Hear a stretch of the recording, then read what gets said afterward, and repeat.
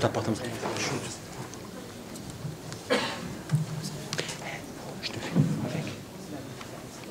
بسم الله الرحمن الرحيم إن الحمد لله نحمده تعالى ونستعينه ونستغفره ونعوذ بالله من شرور أنفسنا ومن سيئات أعمالنا من يهده الله فلا مضل له ومن يضلل فلا هادي له وأشهد أن لا إله إلا الله وحده لا شريك له وأشهد أن محمدا عبده ورسوله وبعد أيها الإخوة والأخوات السلام عليكم ورحمة الله وبركاته.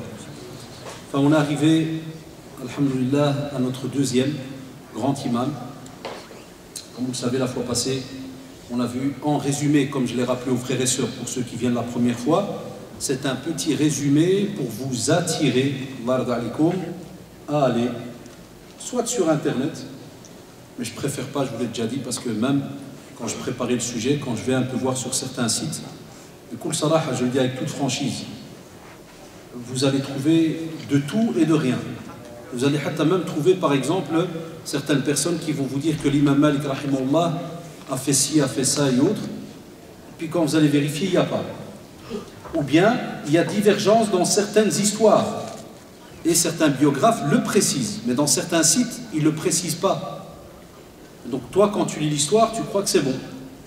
Donc l'Internet, tout le monde le sait maintenant, c'est qu'il y a des gens, jazahumullah, qui ont une bonne intention, mais ils font juste ce qu'on appelle copie-coller. Même nous, ça peut arriver qu'on fait un copie-coller de la parole d'un cheikh. Mais en général, on a souvent l'audio. Et on a l'arabe, donc on a déjà entendu le dars du cheikh. Donc le français, là, qui est sur Internet, il est juste. Parce qu'on a la preuve, on a été écouté aussi en arabe, qu'est-ce qu'il a dit. Donc la meilleure c'est quand tu vas et tu achètes le livre. Et pour l'instant, parmi les livres les plus, comme on dit entre guillemets, bien contrôlés, bien écrits, c'est à la rue de la Limite, numéro 100. L'édition d'Ar al-Hadith, il y a chez Mustafa Kastid qui fait aussi les contrôles de livres là-bas. Cette édition, allez, mashallah, ils ont des très très bons livres. Et ici à la Rivoyer, en général, mais quand vous avez alors les titres qu'il faut, Aoud, le frère de la librairie Iqra, il prend aussi de chez eux certains ouvrages. Donc c'est, alhamdulillah, des ouvrages, on va dire bien contrôlés. Et donc ils ont les 4 imams, les 4 grands imams, ils les ont par volume. Donc tu peux les acheter à part. Et sallallahu alayhi wa sallam, c'est les livres qu'on est censé avoir dans nos bibliothèques. La preuve, ceux qui suivent depuis l'année passée, j'ai fait avec vous Abu Bakr radiallahu anhu, Omar radiallahu anhu, Uthman radiallahu anhu, Ali radiallahu anhu, et maintenant j'ai fait avec vous l'imam Abu Hanifa, et aujourd'hui l'imam Malik. Donc chouf, Allahu Akbar. 4-2. Donc c'est important. Les mois ils passent vite. Mais la vie de ces gens-là, et je le rappelle, leur vie, elle nous laisse à nous un exemple, premièrement, à suivre. Et deuxièmement, ça nous fait réfléchir par rapport à cette génération qui est passée avant nous et tout ce qu'ils ont sacrifié, Yashabab, comme temps,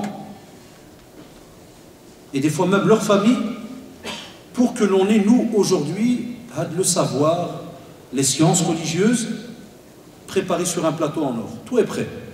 On doit juste étudier.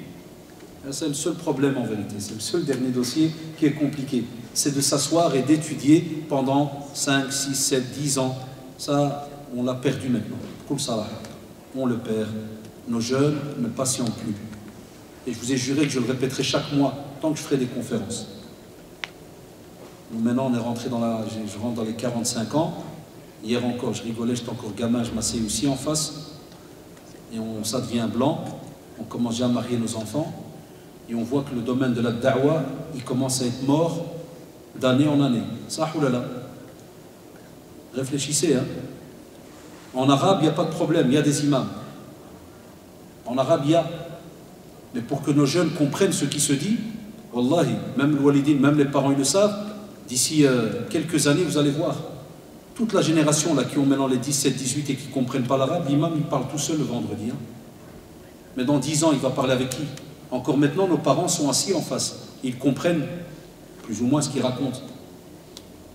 Et nos enfants, ils vont comprendre quoi dans 10 ans, 15 ans, Inch'Allah? Qu'est-ce qu'ils vont comprendre? Qui va prendre cette relève pour leur expliquer la religion en français?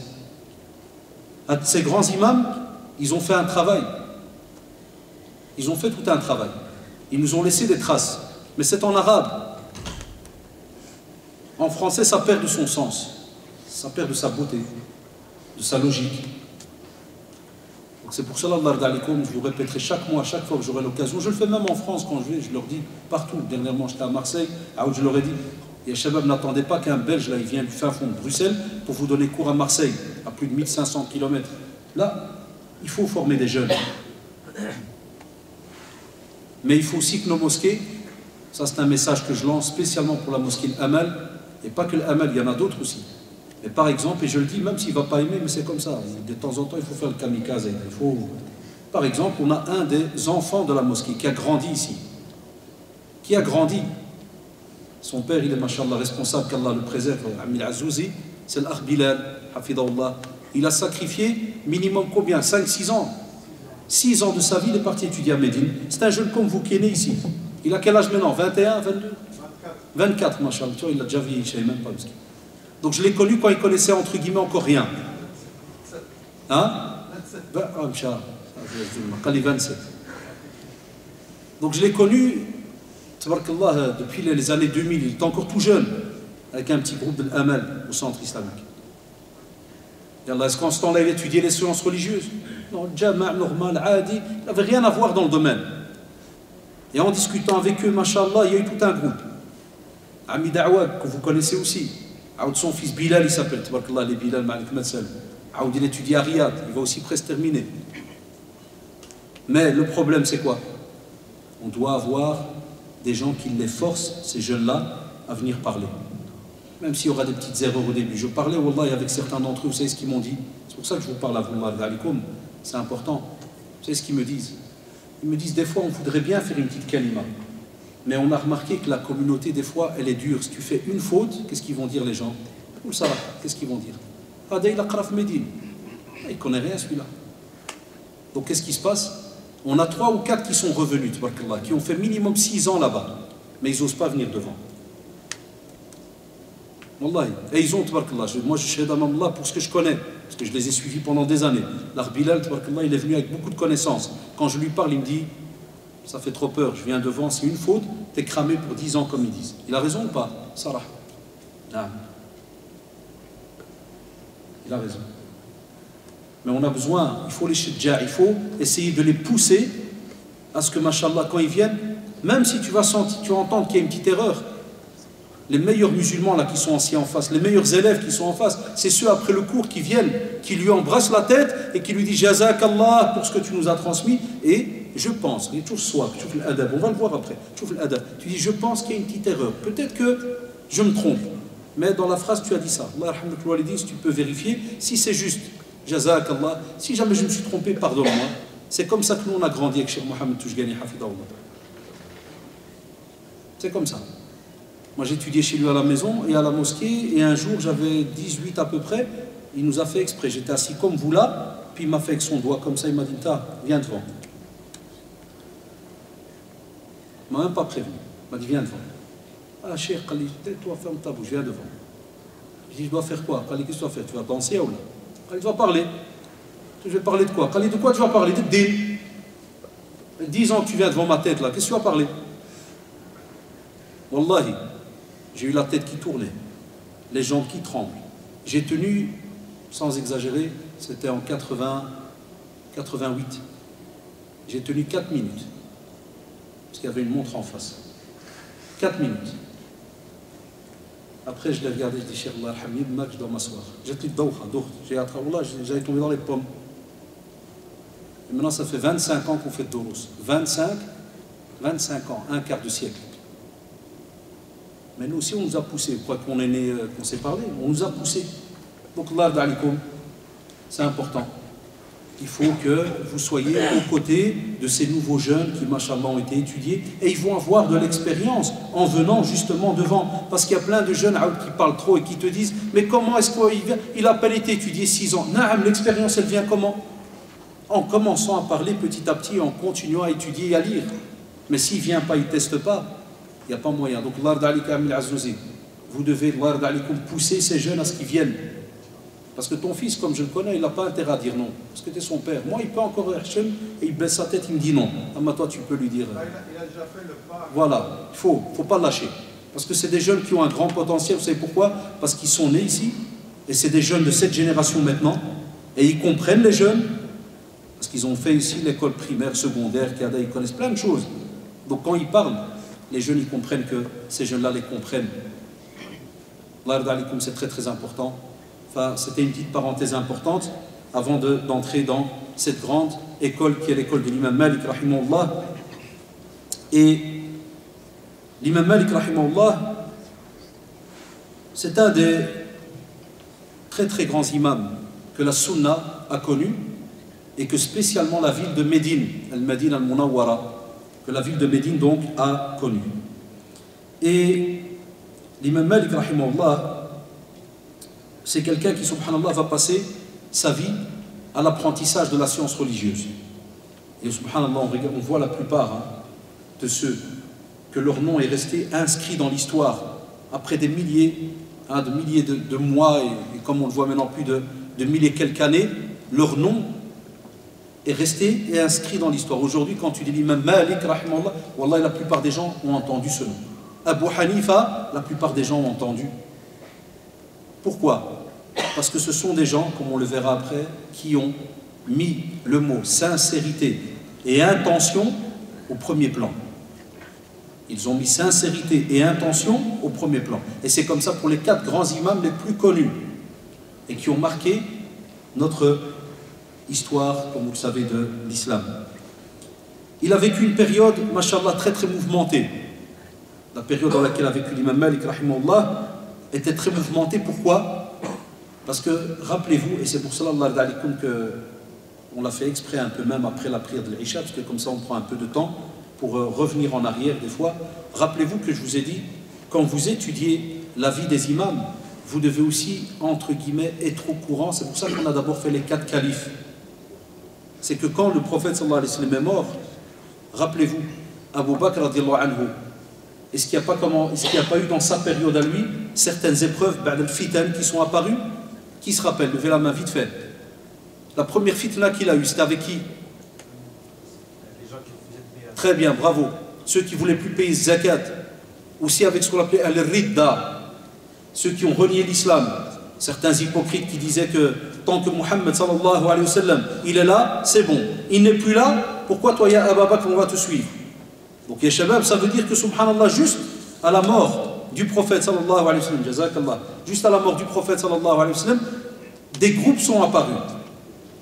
Et puis au temps d'Omar radiallahu anhu, au temps de Uthman, Ali radiallahu anhu, jusqu'à avoir des assassinats même. Vous vous rappelez le Majousi, Abu Lu'lu' al-Majousi qui a tué, qui ça? Omar radiallahu anhu, Uthman radiallahu anhu, la même chose, et ainsi de suite. Ali radiallahu anhu, les épreuves qu'il a suivies, radiallahu anhu. Eh bien l'imam Malik, rahimahullah, il va venir dans cette génération qui va venir par après, mais qui va se retrouver avec, 3e leçon, donc la mort du prophète sallallahu alayhi wa sallam, l'apparition de certaines épreuves et l'apparition des mouvements de pensée. Ça veut dire que, rappelez-vous qu'est-ce qu'on a dit? Abu Bakr radiallahu anhu, même pas 3 ans de califat. Et puis on entre dans des califats qui ont minimum un bon 10 ans. Ça veut dire qu'il y a eu ce qu'on appelle une expansion du territoire musulman. Qui dit expansion du territoire musulman dit qu'on va se retrouver dans des contrées où il y avait d'autres manières de penser, puisqu'à Médine, tout a été nettoyé. À Médine, on a nettoyé l'i'tiqad, la manière de concevoir Allah subhanahu wa ta'ala. Est-ce qu'elle a été nettoyée ou pas? Na'am, un seul Dieu, qui est Allah subhanahu wa ta'ala. On commence à aller dans d'autres pays, on trouve des philosophes. On trouve ceux qui sont encore attachés des fois à la pensée grecque. N'oubliez pas qu'il y avait des territoires romains, byzantins. Il y avait aussi des territoires où il y avait donc le Majous, il y avait les Perses. Il y avait des manières, subhanallah, de penser incroyables. Et donc, nos grands imams vont se retrouver, eux aussi, face à tous ces mouvements de pensée. Et 4e point, j'aurais pu le mettre après le 2e, après les califes, mais c'est parce qu'il est venu un petit peu après, c'est qu'on va arriver à une période où les califes, il va commencer, parce que des fois il faut être honnête entre nous, ça reste des êtres humains. Rahimahumullah jami'an, ça reste des êtres humains, mais il y a eu des fois des petites erreurs. Par exemple, on sait que normalement, le domaine du califat, comme on l'a vu avec Abu Bakr, Omar, Uthman, Ali, on a vu que les gens se rattachaient au verset qui disait Wa amruhum shura baynahum. Il y avait une consultation entre eux. Chez nous en islam, le califat il ne se donne pas parce que tu es le cousin du prophète sallallahu alayhi wa sallam, ou bien parce que tu es de sa famille, ou bien parce que tu as de l'argent, ou bien parce que tu as un poste. Là, on parle à la communauté. Les grands compagnons parmi les grands, ils viennent, ils donnent aussi un avis. Et puis ça s'est passé comme ça pendant une petite période, jusqu'à ce que certains califes, rahimahumullah, ont décidé de faire l'inverse. Ils ont par exemple transmis cela en héritage. C'est important de connaître ce petit détail-là, parce que c'est ce qui va faire que lorsque vous lisez des fois certaines histoires, que ce soit de l'imam Abu Hanifa, rappelez-vous, lorsqu'on a parlé d'Abu Hanifa, et on va le voir après avec l'imam Malik rahimahullah, quand le calife lui donnait un cadeau, est-ce qu'il l'acceptait? Non, il ne l'acceptait pas. L'imam Malik, il va faire l'inverse, rahimahullah, il va l'accepter, mais il va expliquer pourquoi. Mais il ne va pas l'accepter d'un gouverneur. Il dit encore, le calife, c'est son argent. Le gouverneur, il travaille pour le calife. Il se peut qu'il a peut-être pris ça de l'argent des musulmans. Donc regardez, des fois, quelle différence on peut avoir entre un imam et un autre. Mais la période dans laquelle ils vont vivre, là, certains problèmes ne vont pas changer. Comme Abu Hanifa, rahimahullah, vous vous rappelez, il avait certains problèmes avec certains gouverneurs qui n'aimaient pas la stature qu'avait pris Abu Hanifa, rahimahullah. Eh bien, on va avoir la même chose avec certains qui ne vont pas aimer aussi la situation nouvelle de l'imam Malik, rahimahullah, imam Darul Hijra, l'imam de Médine. Et à ce moment-là, on vous dit que le conflit va commencer spécialement sous les Omeyyades. Et normalement, les élèves qui sont là, c'est pour ça que je vous considère toujours comme des élèves quand vous venez à une conférence. Je le rappelle, mais Inch'Allah, plus tard, quand le CD sera gravé, peut-être vous allez le faire. Et normalement, j'avais toujours dit, quand vous venez, ayez un petit morceau de papier, vous vous rappelez ou pas? Pourquoi? Par exemple, je viens de dire les Omeyyades. Je ne vais pas vous expliquer c'est quoi les Omeyyades. Parce que sinon, on va partir dans une autre conférence. Mais normalement, on note Omeyyades. On rentre à la maison, on cherche vite fait. Ça, c'est les beaux petits travaux qu'il y a moyen de faire en famille le soir. Wallahi, on note. Eh bien, Taïba Sidi, ceux qui notent Psahtoum, ceux qui notent pas quand le CD sortira, Inch'Allah. Donc, sous les Omeyyades, le système est devenu monarchique. On va commencer, des fois même, à passer le califat de père en fils. Et il va commencer à y avoir alors des discordes, ce qui est tout à fait normal. Quand des fois, toi, en tant que calife, tu donnes la place à ton fils, d'office, il y a d'autres personnes qui ne vont pas être d'accord, ce qui est tout à fait donc normal.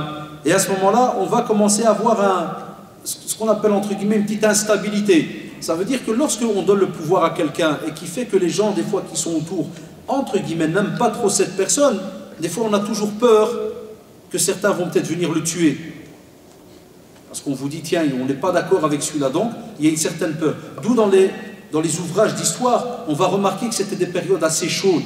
À l'âge, parce qu'on vient de donner le pouvoir, par exemple, au fils d'un tel, les gens, il faut alors les calmer.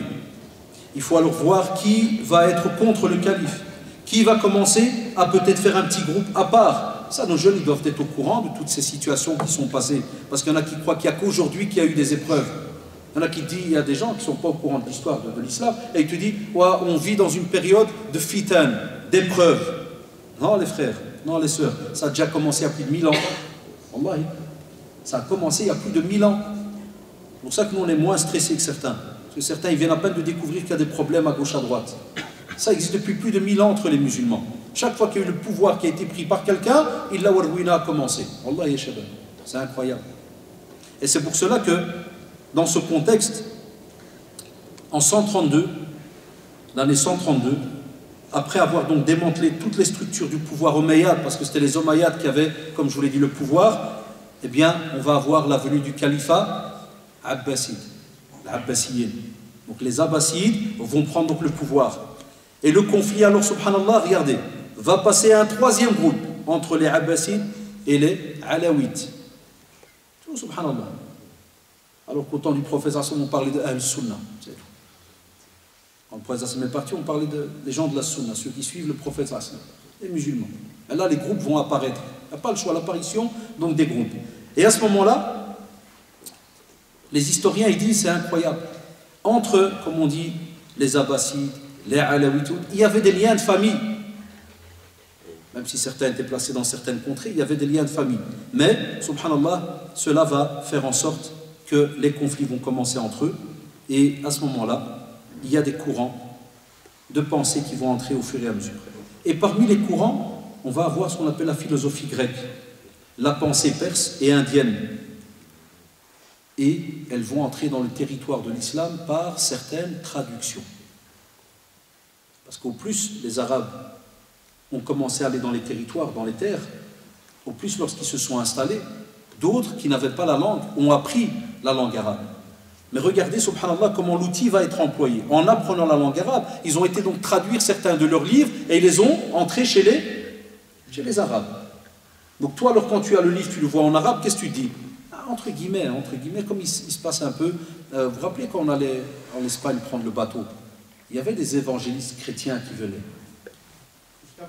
Encore maintenant, il y a. Parce que comme je descends une fois tous les 5 ans, c'est vrai que je ne les ai pas vus cette fois-ci, ils étaient peut-être trop chauds là, voilà. Je ne les ai pas vus là. Mais ils venaient, je me rappelle quand j'étais jeune, ils apportaient des livres. En quelle langue? En arabe. Ils parlaient en quelle langue? En arabe.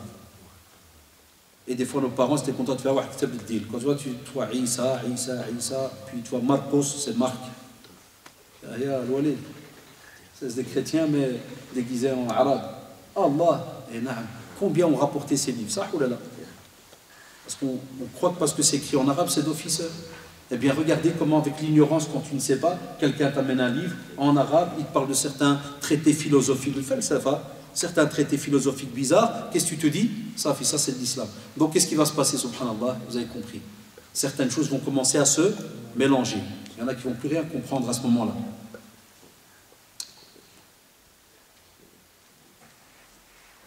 Une des méthodologies très très importantes, qui va se passer, c'est qu'on va avoir à ce moment-là, des gens qui vont être réputés, qu'on va appeler les gens du hadith, Ahl al-Hadith, les gens du hadith. Et eux, c'est important ces détails que je vous donne, c'est important même pour les jeunes qui sont à l'école, dans les discussions des fois. Ça peut arriver, c'est rare, mais avec certains professeurs, même les plus grands parmi vous des fois, que ce soit à l'UNIF ou bien que ce soit au travail, quand on vous dit des fois pourquoi la péninsule arabique est restée comme ça, très dure avec le hadith. Ça veut dire eux c'est qala Allah, qala Rasul sallallahu alayhi wa sallam. Ils ne veulent pas de falsafa, discuter ceci, cela. Mais parce que jazahumullah, ils se sont dit que si jamais on va commencer à ouvrir la porte à plein de discussions dans le vide et que chacun vient et donne son avis, à ce moment-là, Masha'Allah, la parole prophétique, elle va aller où? Quelle va être la place de la sunna du prophète sallallahu alayhi wa sallam? Quelle va être la place de la parole des savants lorsqu'ils vont expliquer le Coran? D'où on a ce qu'on appelle tafsir al-Qur'an bil-Qur'an ou bien al-Qur'an bis-Sunnah. Donc on a l'exégèse du Coran par le Coran et l'exégèse du Coran par la Sunna. D'où vous avez beaucoup par exemple de traditions apportées par Abdullah ibn Abbas radhiyallahu anhu, Turjuman al-Qur'an, spécialiste du Coran dans le domaine de l'exégèse, l'explication du Coran. Donc eux, subhanallah, ils étaient spécialement placés dans le Hijaz, ce qu'on appelle entre guillemets l'Arabie Saoudite aujourd'hui. En soi, c'est le Hijaz, la péninsule arabique. Et maintenant, vous comprenez pourquoi on approche de l'imam Malik, rahimahullah, spécialement dans quelle ville? À Médine. C'est comme s'ils avaient mis entre guillemets un bouclier.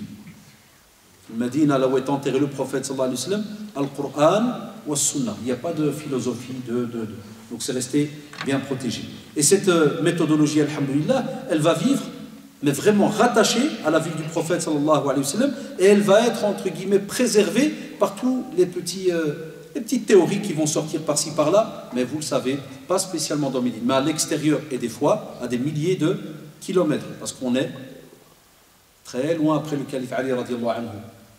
Et on est loin dans les contrées de l'islam. Et c'est pour ça que les historiens ils disent que l'imam Malik, rahimahullah, un des bienfaits qu'il y a eu, c'est que Médine, elle va être comme une forteresse, elle va être comme un rempart contre toutes les idées philosophiques et tous les systèmes de pensée et tout ce qui voudrait, entre guillemets, venir et commencer à parler de sa tête par rapport à la religion. Donc ça va être bien protégé, bien structuré. Deuxième école et méthodologie que l'on retrouvait, c'était l'école de l'opinion, ar-ra'i. Ah, ça peut être positif, comme des fois, ça peut avoir aussi ses conséquences. Et là, à ce moment-là, c'était ce qu'on appelle un système qui était beaucoup plus dans le domaine de l'interprétation. On essaie de donner un avis, on voit une règle et on essaie de réfléchir par rapport à cela. Mais attention, ça ne veut pas dire qu'il ne se rattachait pas au Coran et à la Sunna. Non, il y avait un respect par rapport au Coran et à la Sunna, mais on mettait davantage le rôle, ou bien on donnait, on va dire plutôt, si je formule ça d'une autre manière, on donnait plus l'accent sur l'intellectuel. Et il y avait aussi une période au temps d'Abu Hanifa, rahimahullah, qui touchait aussi à cela. C'était aussi tout présent. Mais donc, cette école-là, elle était présente. Et à ce moment-là, on remarque, subhanallah, que cette école, elle va être beaucoup plus présente, mais alors le côté de l'Irak.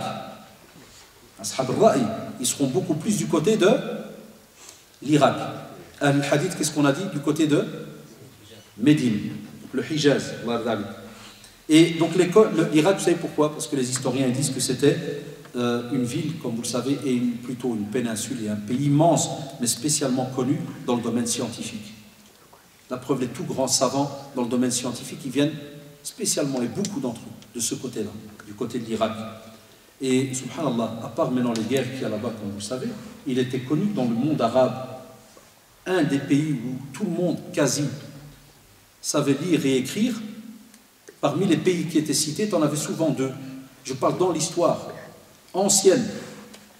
Tu avais souvent l'Irak et on parlait souvent de la Libye, pour les contemporains. Ça, oulala. Et puis de nouveau, on revient en arrière. L'Europe, je viens de l'entendre. Il y avait la période l'Andalousie, l'Andalous. Si les non-musulmans, ils voyageaient de par le monde pour venir chez les musulmans qui étaient installés en Andalousie. Mais de nouveau, pour apprendre la science, mais de nouveau, qu'est-ce qu'il y a eu aussi en Andalousie? Tous les mouvements de pensée.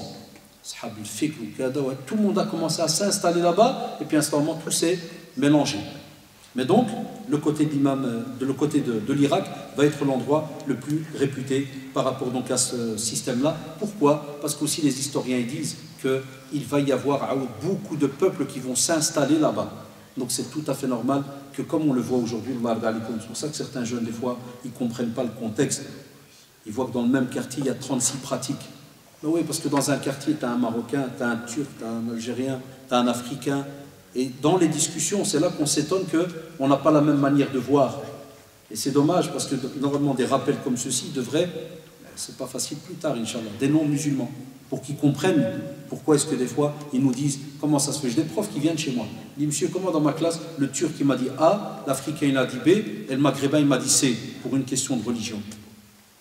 C'est parce que, comme vous l'avez remarqué, quand tu es à Médine, et tu as le Coran et la Sunna qui est là 24/24, c'est pas la même chose quand tu es à 2000 km, et tu as 36 mouvements de pensée qui sont là. Qui va contrôler tout ça? D'accord, ya Shabab? Donc ça, c'est important de savoir pour que vous compreniez dans quelle époque a grandi l'imam Malik, rahimahullah. Il va vivre à l'époque Omeyyade, comme on l'a dit, au temps de Al-Walid ibn Abd al-Malik. Et il va mourir sous le califat, donc il va passer deux califats. Il va mourir sous le califat de, donc Abbasid, comme on l'a dit, de Haroun al-Rashid, radiyallahu anhu. Et grand parmi les califes qui ont marqué l'histoire. Et il va être, mashallah, témoin donc, de ces deux califats, Omeyyade et Abbasid, et aussi des luttes qu'il va y avoir entre eux. Parce qu'entre ces deux califats, il va y avoir des luttes. Allez lire l'histoire, c'est très très important. Et aussi, l'apparition d'un troisième mouvement, les Kharijites. De nouveau, il y avait des mouvements qui, comme entre guillemets aujourd'hui, on entend les mouvements de takfir, des gens, dès que tu n'es pas d'accord avec lui, tu es un kafir, par exemple. Mais tout ça existait déjà depuis plus de 1000 ans, les shabab. Et aujourd'hui, on a encore les séquelles de ça, on le voit autour de nous, comme il se passe maintenant un peu partout dans les pays arabes, où tu as des personnes qui, à peine ils apprennent la religion, 2 semaines après, tout le monde est kafir. On entend parler